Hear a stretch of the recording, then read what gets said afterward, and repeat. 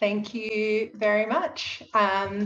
Good afternoon. I think everyone is in the afternoon.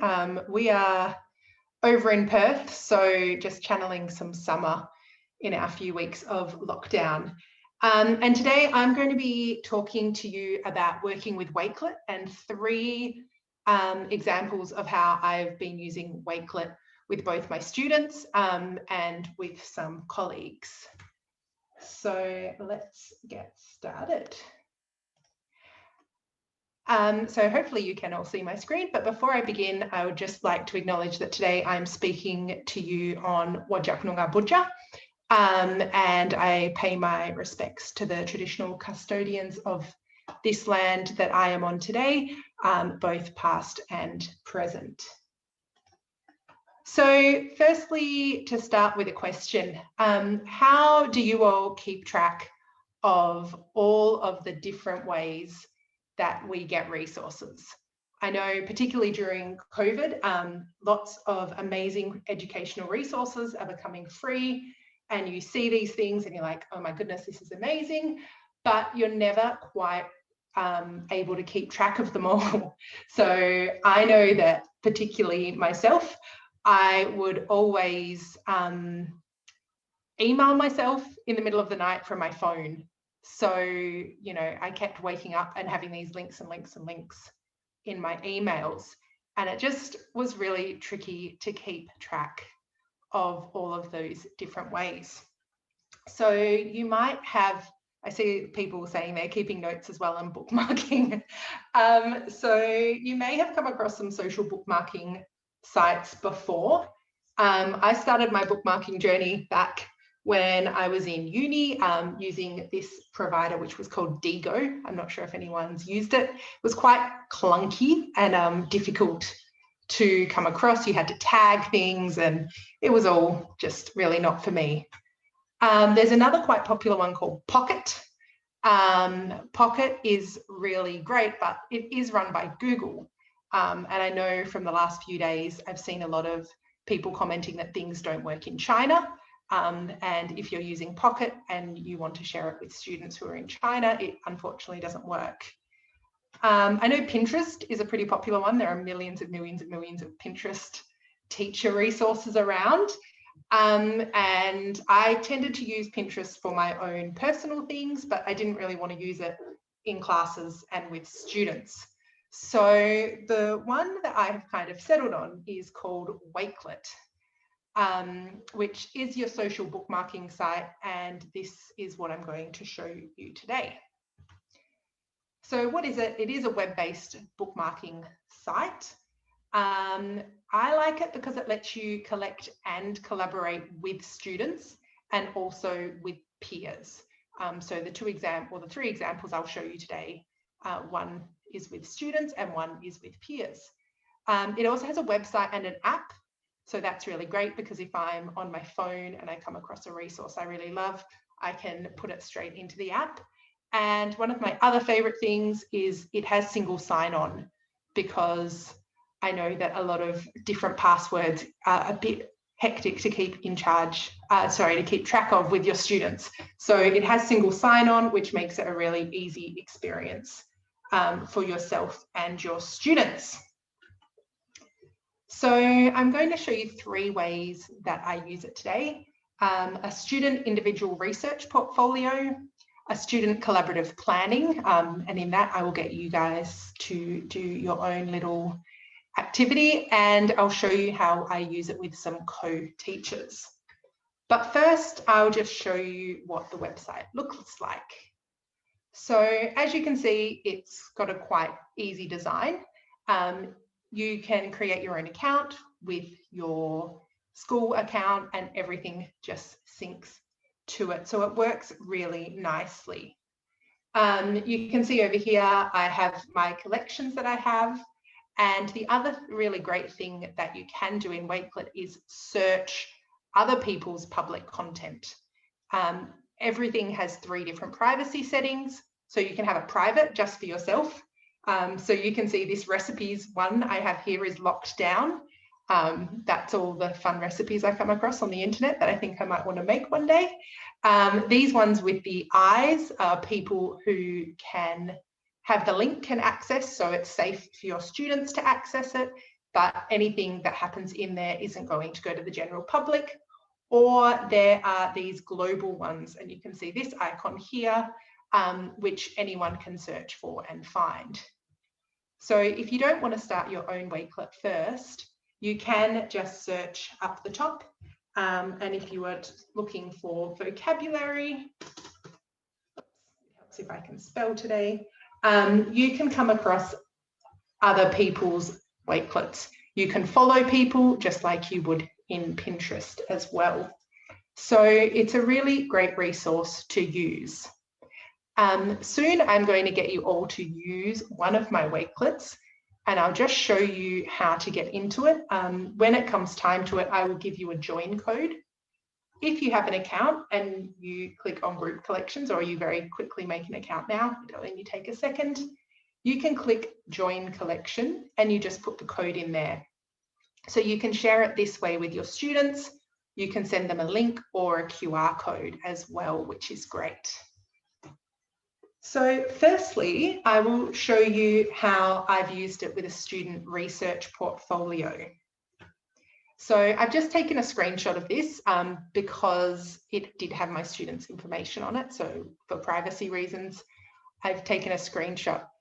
My students were doing an investigation, and one of the things they had to do is find resources that they thought would be useful. And then they went through a peer review process where another student in the class looked at their wakelet and gave them some feedback on whether they thought they had enough information, if there was any other information they thought might need to be useful. So you can see here this student's wakelet. This student went a little bit above and beyond in this term. All they were asked to do were to put links up to their resources so I could easily find what they were doing. But this student has also left herself some quotes and made subtitles and actually grouped her information together, which was really fantastic. Because this is a Microsoft program, it also comes embedded with Microsoft Immersive Reader, which means that if you have students, they can listen to it as well. So this is a website that's really fantastic for students of a variety of levels. Next term, we're going to be taking this one step further, where the students will be writing their notes on Wakelet, organising their notes and putting it into different areas for me to look at. So to show you my student collaborative side, I've given you a group code here if you would like to quickly jump into this group. There's also a QR code there if you want to do it from your phone. I think everyone's pretty good at scanning QR codes these days. I'll just leave that up there for a minute, and I might also just pop the group code into the chat for you. So this collection here is called Places in Perth. So to share it, you can see it's really easy. You can just copy and paste it. You can also just put up the QR code for your students as well, or you can do it by username. So here I have just made a mock-up site for some of my students that they will be using this term. Each group of students is going to be investigating a different state of Australia. So one of the opening introductory activities they're going to do is, in their small groups, find different articles or resources about the place that they are researching. You can see at the top here, I've added just a really quick little banner. I've made this one in Canva, which is my other new favorite thing as a teacher, but there's also a bunch of pre-made banners you can add up.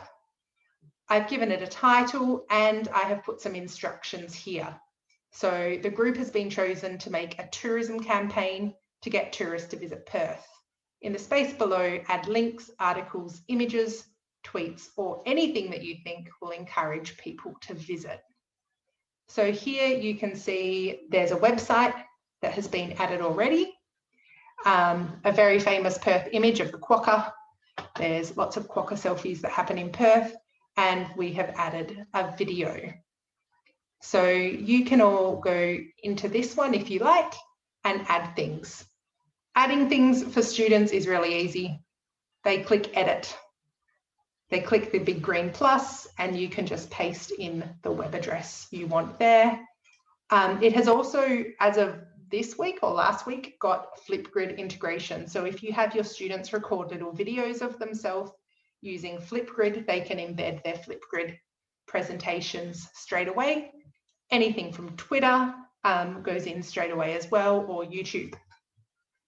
So we can see, thank you to someone who's added some beautiful West Australian wildflowers. Gorgeous to see at this time. You can also see up the top here that there are people working on the page at the same time. You do need to log in to get to your wakelet. Once you are in, it does auto-save it for you. You don't need to log in every time.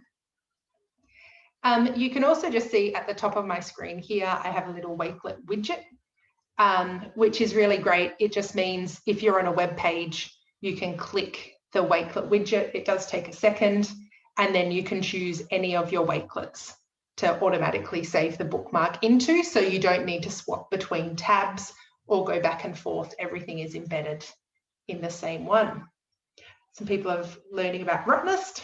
Hopefully you guys, I think, can maybe come and visit us one day soon. At the end, you just need to click done to make sure the changes take place. The third site I was going to show you was just this one here called Year 12 Resources. I teach a mainstream EALD class with a group of four other teachers, and we have got this collaborative wakelet where when we find articles relating to any of the unit content, we pop them into this, and that way everyone can kind of have some great articles that we can use in class. Amongst ourselves, we've agreed that we can use these articles in class. We won't save any of them for examinations, so we can all just pop in and out as we like. So there's lots of really practical uses that you can do in Wakelet. It has quickly become one of my favorite tools. My final little thing to show you, just to kind of demonstrate how easy it is, I've got one more group code for you. And I will again put this link in. On Tuesday, when this symposium started, as we were going through listening to all the amazing talks, I just had my Wakelet open in the side, and any resources that presenters have talked about, I've just popped in my Wakelet as we've gone. So there is a Wakelet in here called the Ed Tech Symposium. I will also pop a link in the chat in case you would like it. So this one, you can see right up to the last talk there, everything that people have said have just been quickly put in here for you.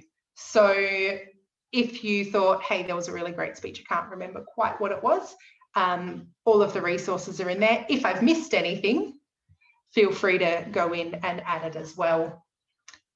Just one quick tip, if this is something you would like to do, make sure you turn on contributors can edit items. So this way people can change things if you're using it with students.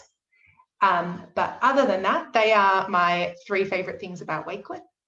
I think I am pretty much perfectly at the end of my time. And so I will say thank you very much for having me. And I hope you all enjoy the rest of your conference.